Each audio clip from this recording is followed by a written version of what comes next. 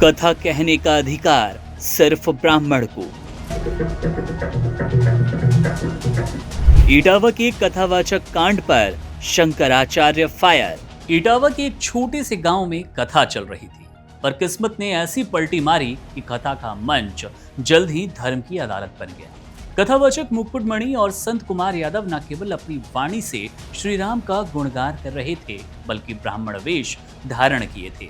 बस यहीं से शुरू हुई एक ऐसी कहानी जिसमें आस्था के साथ साथ जाति, धर्म और राजनीति का तीखा मिश्रण था।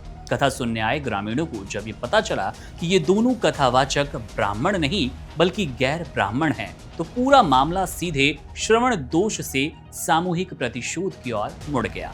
आरोप है कि कथावाचकों को न केवल पीटा गया बल्कि अपमान की सारी सीमाएं लांघ दी गई, सिर मुंडवा दिया गया, मानव मूत्र फेंकने से लेकर घिनौनी हरकत की गई और सोशल मीडिया की दुनिया में ये पूरा कांड वायरल कथा बन गया।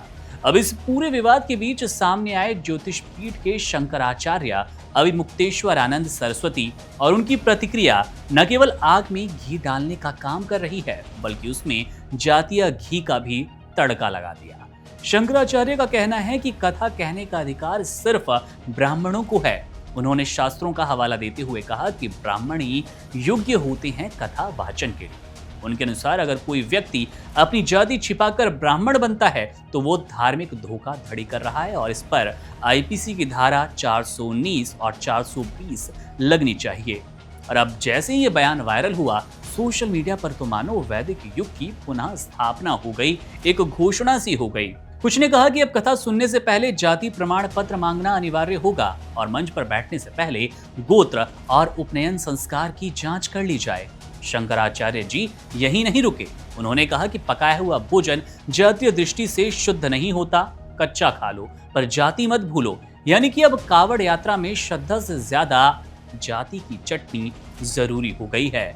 उधर समाजवादी पार्टी के नेता अखिलेश यादव ने भी मौके को तुरंत जकड़ लिया। जब पीड़ित कथावाचकों को सम्मानित किया तो माहौल बदलता नजर आया। शंकराचार्य जी ने भी जातीय अपराध को ढकने की राजनीति करार कर दिया। उनका संदेश साफ था कि कथा सिर्फ अब कथा नहीं रही, वो जाति की प्रयोगशाला बन गई। और अंत में शंकराचार्य जी ने बिहार चुनाव का पंडिताई कैलेंडर भी पेश सा कर दिया। हर विधानसभा क्षेत्र गौ मुद्दे पर एक निर्दलीय उम्मीदवार खड़ा होगा, गौ मतदाता उसे वोट देंगे और अब जनता भी सोच में पड़ गई। सोच कैसी? सोचिए कि कथा सुनने से पहले क्या शास्त्र पढ़ लें, भक्ति करें, जाति नापें या राम नाम लें। राम का नाम ले, पहले पंडित की जाति पूछें, उसके बाद कथा पढ़ना, कथा सुनना शुरू किया जाए। इटावा की इस घटना ने बता दिया कि भारत में धार्मिकता से ज्यादा धार्मिक व्यवस्थाएं मायने रखती है और अगर कथा कहने से पहले जाति पूछी जाए तो फिर राम राज्य की कल्पना खुद राम को भी अटपटी लगेगी। बहरहाल ये पूरा माजरा आपके सामने है, वायरल वीडियो हमने आपको दिखाया। क्या कुछ कमेंट करना चाहेंगे? कमेंट सेक्शन आपके लिए है, अपनी राय जरूर दीजिएगा। आपके साथ मैं था मुकुंद। तमाम बड़ी खबरों और अपडेट्स के लिए बने रहिए वन इंडिया के साथ। शुक्रिया।